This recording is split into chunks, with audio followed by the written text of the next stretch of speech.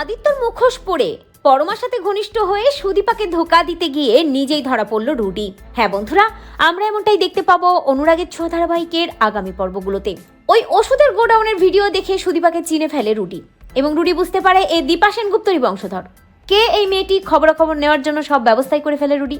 জানতে পারে যে নবীনপুর গ্রাম থেকে মেয়েটি এসেছে, কিন্তু মেয়েটি তার আসল জন্ম পরিচয় জানে না। মেয়েটির পরিবার ভূমিকম্পে ধসে গিয়েছিল। শুনেই রুডি বুঝতে পারে এটা আসলে সেনগুপ্ত বাড়ির নাতনি, এটা আসলে রূপার মেয়ে। দীপার চেহারা পেয়েছে। রুডির কাছে সব খবরাখবরই পৌঁছে যায় এবং রুডি প্রচন্ড ক্ষেপে যায়। প্ল্যান সাজাতে থাকে, উপায় খুঁজতে থাকে কিভাবে এই সুদীপাকে শেষ করা যায়। অন্যদিকে দেখা যায় যে পরমা রাতভর অভ্রকে সেবা করে, অভ্র সুস্থ করে তোলে, কারণ অভ্র মাতাল হয়ে অনেকটাই অসুস্থ হয়ে যায়। অপরদিকে দেখা যায় যে সুদীপা আর আদিত্য নিজেদের ঘরেই থাকে। আদিত্যর মা দরজা নক করে, সুদীপা খুলে দেয়। আদিত্যর মা সুদীপাকে বলে, কাল আদিত্যর জন্মদিন, আর কাল আমি মন্দিরে পুজো দিতে যাব। সুদীপা, তুই চাইলে আমার সাথে যেতে পারিস। সুদীপাও খুব খুশি হয়, কাল আদিত্যর জন্মদিন, সে মন্দিরে পুজো দিতে যাবে। তবে সুদীপা মনে মনে ভাবে সে আদিত্যকে একটা সারপ্রাইজ দেবে। তাই সুদীপা সকাল হয়ে যায় এবং সেই সকালবেলাই আদিত্যর মায়ের সাথে মন্দিরে পুজো দিতে যায়। আর পুজো দিয়ে আসার পর সুদীপা জন্মদিনের প্ল্যান করতে থাকে।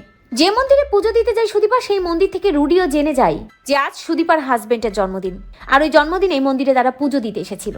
চৌধুরী বাড়িতে কি চলছে, কার সাথে কি সম্পর্ক, সবটাই রুডি জেনে যায়, কারণ রুডির লোকজন সব খবরাখবর রুডিকে দিয়ে দেয়। এবং রুডি বুঝতে পারে পরমাকে হাতিয়ার করেই, পরমার ইমোশন নিয়ে খেলেই তাকেই সুদীপা আর আদিত্যর জীবনে ভাঙন ধরাতে হবে।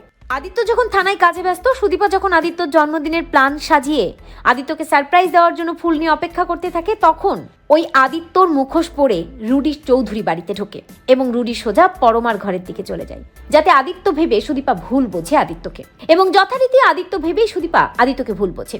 পরমা যখন হুচুটকে পড়ে যেতে যায়, রুডি তখন আদিত্য সেজেই পরমাকে কোলে তুলে নিয়ে পরমার ঘর অব্দি পৌঁছে দিতে যায়। যেটা সুদীপা দেখে, সুদীপার খুব কষ্ট হয়, ভাবতে থাকে মিস্টার চৌধুরী আপনি এভাবে আমাকে ধোকা দিলেন। অন্যদিকে আদিত্যর মুখোশ পরে রুডি ভাবতে থাকে, কি সুদীপা কি ভাবছো, আমি তোমার হাজবেন্ড? না না, আমি তো রুডি, তুমি বুঝতেও পারবে না যে তোমার জীবন আমি কিভাবে শেষ করে দিচ্ছি। রুডি আদিত্যের মুখোশ পরা অবস্থায় পরমাকে ঘরে নিয়ে গিয়ে দরজা বন্ধ করে দেয়, যেটা দেখে বেশ চমকে যায় সুদীপা নিজেই। সুদীপা খুব ভেঙে পড়ে, সুদীপা কাঁদতে থাকে। আর ঠিক তখনই বাড়ি ফিরে আসে আদিত্য। আদিত্য সুদীপাকে এমন অবস্থায় দেখে চমকে যায়। আচমকা সুদীপাকে ডেকে বলে, সুদীপা কি হয়েছে আপনার, আপনি এরকম কেন করছেন, আর এখানে সব কি, আপনার হাতে ফুল কেন? আদিত্যকে দেখে সুদীপার মাথায় আকাশ ভেঙে পড়ে। আদিত্য পুলিশের ইউনিফর্ম পরা থাকে। সুদীপা ভাবতে থাকে, এ কি, মিস্টার চৌধুরী এখানে, তাহলে ভেতরে কে? সুদীপা আদিত্যকে বলে, মিস্টার চৌধুরী আপনি এখানে, আপনি তো ভেতরে ছিলেন। আদিত্য সুদীপাকে বলে, কি বলছেন কি আপনি, আমি ভেতরে ছিলাম মানে? আমি তো এই মাত্র বাড়িতে এলাম, আমি তো বাড়ি ছিলাম না, আমি তো থানায় ছিলাম। পরমার সাথে যে অন্য কেউ আছে তা বুঝতে পারে সুদীপা। সুদীপা ভয় পেয়ে যায় এবং সুদীপা পরমার দরজার দিকে এগিয়ে যায়। রুডি আসলে পরমার ক্ষতি করার প্ল্যান সাজাতে থাকে, কারণ রুডির তো সে স্বভাব আছেই। তবে রুডি যখনই পরমার গায়ে হাত দিতে যায়, ঠিক তখনই ঘরের মধ্যে রুদ্রমূর্তিতে ঢোকে সুদীপা এবং টেনে হেঁচড়ে রুডির মুখোশ খুলে ফেলে। রুডির আসল চেহারা সবার সামনে প্রকাশ পেয়ে যায়। তো বন্ধুরা, তোমরা এটা চাও তো এভাবেই যেন আদিত্যের মুখোশ পরে ধোকা দিতে গিয়ে রুডি নিজেই ধরা পড়ে? কমেন্ট করে জানাতে ভুলো না।